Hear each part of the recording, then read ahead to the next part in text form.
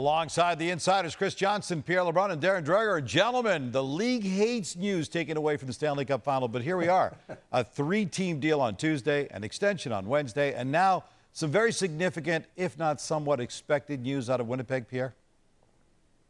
Yeah, so Gino, we know a year ago that Pierre-Luc Dubois, through his agent Pat Brisson, informed the Winnipeg Jets that he didn't intend to sign long-term. Now, he's not eligible to be UFA until next summer in 2024, but our understanding is that Pat Brisson has informed the Winnipeg Jets that his client isn't inclined to sign an extension this summer, not even a one-year bridge, that Pat Brisson would like to work with the Winnipeg Jets on a trade for Dubois to another team. So that's where that's at right now. The Jets obviously can still decide to keep him for another year and try to bring him to arbitration or try to trade him at the trade deadline. But the bottom line is this looks like it's headed to a trade potentially this summer.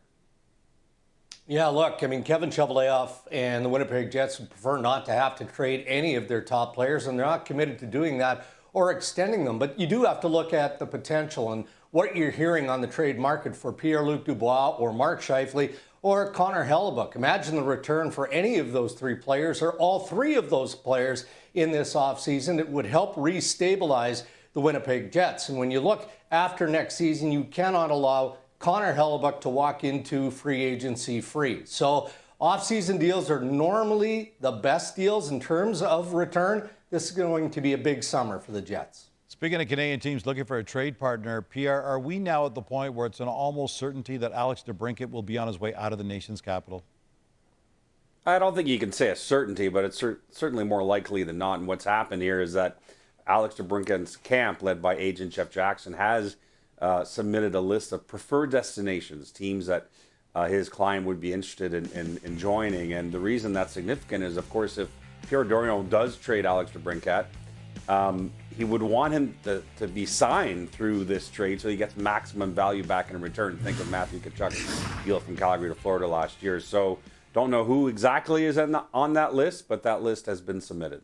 As soon as we found out that Patrick Kane had hip surgery last Friday, his agent immediately went public saying that despite the 4 to 6 month rehab schedule, Kane still wants to play for a long time. How do you expect him to handle this moving forward, Chris? Well, he wants to play, but I'm not sure he's going to have the same urgency as other players that hit free agency on July 1st. And that's because Patrick Kane is entering a process like this for the very first time. Obviously, his rehab is first and foremost in his mind. And I think he's willing to let this go into the summer a little bit more before he decides where he's going to play next. That will allow the market to settle a little bit for Kane and allow him to make the most informed decision possible. You know, as for what the future holds, I think Kane's keeping an open mind. Maybe it's a one-year deal, something a little longer, but he's excited about being pain-free for the first time in 18 months after that surgery. The Flames have been looking for a coach since they fired Daryl Sutter 5 weeks ago. They hired Craig Conroy as their general manager 2 weeks ago. Is he getting closer to naming a new coach, Dregs? Yeah, they're hoping to perhaps wrap up as early as this weekend or next week. They're fully into the second round of the interview process. Now, keep in mind, Daryl Sutter is on the books for more than $4 million per year for the next 2 years. So Calgary does have to be a little frugal here. They've interviewed with Travis Green. Todd Reardon is an experienced man who is definitely in the mix. You look at the internal guys, Ryan Huska and Mitch Love, and a couple of lesser experienced individuals in Alex Tanguay and Mark Savard. As mentioned, the Kings extended Vlad Gavrikov to a 2-year, $11.75 million deal. Do you think the way Gavrikov handled this could affect how other players handle pending UFA status, Chris? Well, it's an important question, right? Because in this case, there was a disagreement or a hurdle on term to be negotiated, and it was the player's side who wanted the shorter-term deal. Gavrikov's camp wanted a 2-year contract, and that's because they looked at a salary cap expected to take a jump in 2024 and wanted to set him up in a position perhaps to have a bigger payday then. And I think as we get into July 1, of course, some players are still going to opt for the security of a long-term deal, but we may see more and more players choose to go short-term for this reason.